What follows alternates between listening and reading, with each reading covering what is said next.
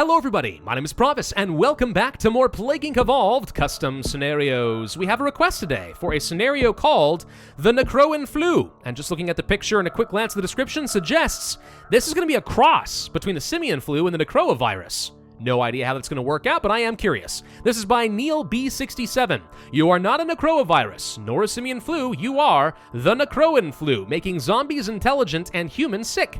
You were found by the Genesis laboratory and have broken loose undetected. Can you create a new dawn? Color me intrigued. This is going to be the simian flu style of virus, okay, but apparently with zombies, so we'll see what happens there. Metabolic jump, Darwinist, oxidized streamophile, and autolytic reduction. Wait, how?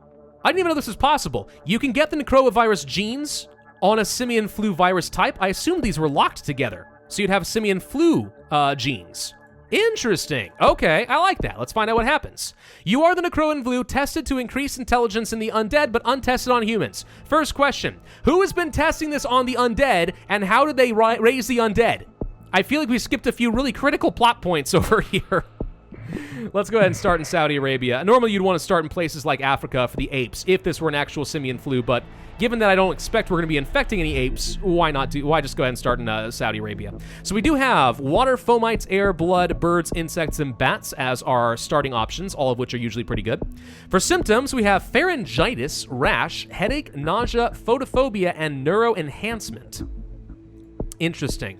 So these are all human affecting symptoms, which is already a deviation from the standard. Then we have cold resistance, heat resistance, drug resistance, and the Necroa neurogenesis. Modify the genes of the virus to start increasing the intelligence in dead corpses and reanimate them. No immunity is possible. It's time for the zombies to rise. Normally you would want to get the apes with the neurogenesis as quickly as possible, but I'm not sure that's actually going to be the case in this particular scenario. Maybe it is. Let's go for some air. Do I want to infect a bunch of humans first, and then we pop the neurogenesis? We already have some lethality to start with, which is a little bit bizarre in and of itself. I don't know. Because what you do is you get the ape and neurogenesis, and then have them form camps and start spreading it around themselves, get as many apes infected as possible, and then use them to start spreading amongst the humans together once they're a bit more coordinated, and that usually works really, really well. I'm going to go ahead and grab some bats because they have a huge boost in mutation chance. Sorry, not mutation chance, infectivity, but also that. Then we're going to get, let's say, the rash, because that's a pretty good amount of infectivity, and I wouldn't mind getting sneezing either. That's usually a pretty good bargain, honestly. Though rash and sneezing aren't usually the path you would go, but oh well. Epistaxis, it's a fair bit of severity, probably a bit more than I need. I do still need to go a little bit under the radar, because if this is like the simian flu, we're going to start seeing labs pop up trying to cure me, and we're going to have to send these zombies deliberately to go and destroy them as quick as we can. Do you want pharyngitis? Maybe not. What about, like, insects? Hot climates and stuff? That could be good. Alternatively, air too wouldn't be a bad option. I mean, I need to get out of Saudi Arabia as quickly as we can. We did just get pharyngitis for free. What does that lead to? It leads to coughing. Good for the urban areas in particular. I could see that being a thing I want to go for. But maybe not this second. Do I go for the neurogenesis now or not? I really don't know the answer. I think we're gonna just go ahead and do it, and let's see what happens. No cure is possible. So now we have options. Organized travel. We have combat advantage for zombie strength. Zombie bases, kind of like the bases for the simian flu, and weapon creation. So they start creating melee and projectile weapons. Can you imagine zombies that are smart enough to actually create their own weapons? Good lord, what a terrifying concept. I like this so far. Do you want to go for the camps? Kinda, yeah. Let's go ahead and do that now. Camps. Now, I was expecting to get an ability. That didn't happen. Zombies group up and form bases, decreasing decay and increasing horde size. And then war paint increases the number of humans becoming zombies. Interesting. Okay. We also have adrenaline rush, which greatly increases the infectivity, though it does mean we're easier to cure. We have intergenous dissemination, increasing the chance that zombie victims become zombies. Blood gifts. Okay, again, more people becoming zombies in the first place. And sebaceous excretion. Okay, so all these kind of do the same thing right now. Very interesting. Let's go for some more air travel. I need to get around a little bit faster. But this, I think, is literally the Necroa virus, but with intelligent zombies. So if that's the case, then the goal is to get as many countries as possible and start getting lots of lethality so that people start turning people into zombies. Easier to cure sucks, but let's go ahead and get the adrenaline rush. What else do we want? A fever could be fatal, could be useful. I don't know why I would want to go for neuroenhancement. I can't remember why that's good from the simian flu. It makes humans more intelligent, but it leads to stuff that also is good later, I think. Drug resistance, cold resistance, blah, blah, blah. We could also go for the organized travel and actually just start hitting up countries individually. That could be useful. Let's go for the drug resistance and the organized travel. We can go for horseback riding, so we'll go even faster. Zombies riding horses, dear God. Some cold resistance level 1 and 2. I think we want all of those things. So now we can start moving people, which is kind of nice. Let's get out of the USA. I can't because I don't have any zombies here yet. All right. We'll have to wait just a little bit patiently. We can go ahead and get a boost in places like Japan. So we'll go ahead and get started over there. We could also spend some points going from India to, let's say, Indonesia to start hitting some of the islands a little bit more aggressively, though we already were there, so I guess it doesn't matter that much. ZCOM has begun in Korea. Okay, so we need as many zombies coming out of China as possible. I've kind of spent a few DNA doing all of this. We probably should just sit back and enjoy a few extra DNA points for a minute. Faster travel's nice. Probably not what I need at the moment. Water would be all right, sure. Although usually with the Necrovirus, you don't need to be going for transmission types too much. They're helpful, but really, if you have enough zombies, it doesn't matter. You just start using the zombies to do everything. Increasing the risk of people becoming zombies is probably pretty good, because I'm going to need a lot. As people start getting infected in China and the zombies start hitting critical mass, I want them converting as many people as possible. Greatly increasing more chance of getting zombies. Submission conception.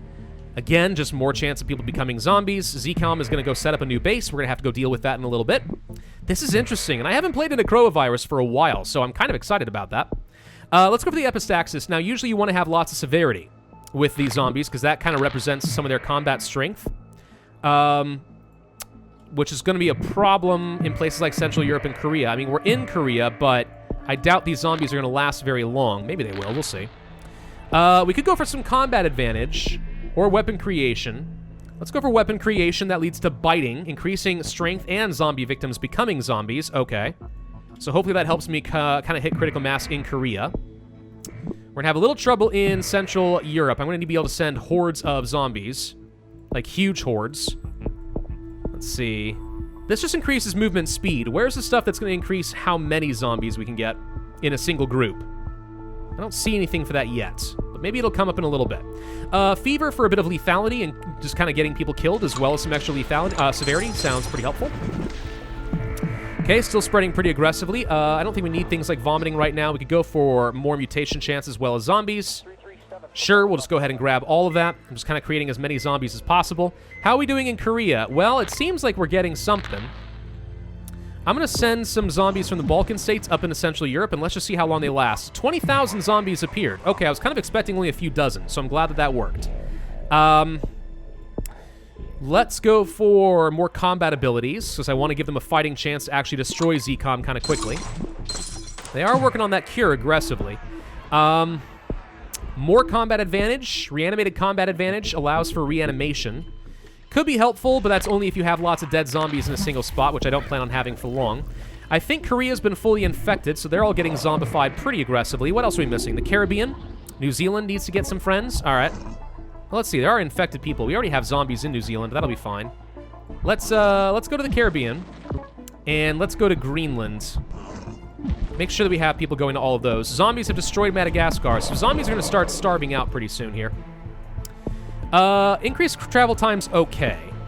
But is it what I want? What about hemorrhagic shock? Let's go for that. Followed by what? Photophobia to slow down the cure. I actually need to slow down that cure a lot. It's kind of going in a lot of directions right now. What else are we missing? Most of Europe. Canada hasn't been infected. Let's go ahead and do that. Mexico needs to be infected. Let's get into Central America as well. Let's make sure we get some folks up into Sweden. And let's go ahead and surround the ZCOM in Ukraine. I don't remember if surrounding actually makes much of a difference, but it certainly isn't going to hurt. I think all of these have some. New Guinea doesn't have many. Let's go ahead and send a few zombies over to New Guinea to kind of speed things along. Plenty of zombies in a lot of those spots, so we're okay there. And then the Baltic states don't have much of anything, nor does Morocco. Let's send some over there. And from, let's say, Britain to Norway. Okay, we're just kind of speeding this along, make sure we get into every meaningful country. Greenland's going to be hit in a minute. We're already getting Norway. Finland's will be fine. Baltic states, Morocco. We're going to be getting into almost every nation already. Okay. Do we want to increase the number of humans turning into zombies? Maybe. I think I'm going to instead go for some genetic hardening. Then we'll go for that. That's going to lead to education. Writing and knowledge sharing enables zombies to develop skills rapidly, increasing the horde size, combat advantage, and victims becoming zombies. What this normally would do with the simian flu is let you establish camps and get DNA passively from them. But it looks like that's not going to be a thing for us. Nonetheless, looking pretty good. So Korea has been, at this point, about to be fully turned into zombies. So ZCOM here is about to be destroyed. There they go. That leaves only Central Europe. Let's send a whole bunch more from the Balkan states. And Italy doesn't have very many zombies, so we'll ignore that. But what about Turkey? Turkey can send a few. And Germany can send a bunch as well. We're just going to go ahead and try to swarm these guys with a few extras. I mean, we're looking pretty good. We're not infecting people, because they're probably killing everybody that gets infected, but we are definitely zombifying everybody. So I'm going to go ahead and grab the extra horde size. That's going to lead to brain takeover, which is just even more victims becoming zombies. Okay. We don't really need help with any of this. I'm going to go for the intergenous dissemination. If we go for submissive conception, I'll bet you we unlock something else over here, which could be kind of cool. ZCOM has been set up in the Caribbean. Now, I don't like that, but it looks like we already hit critical mass, so it was kind of a waste of their time. ZCOM grows stronger in Central Europe. I'm watching this to make sure my numbers aren't going down.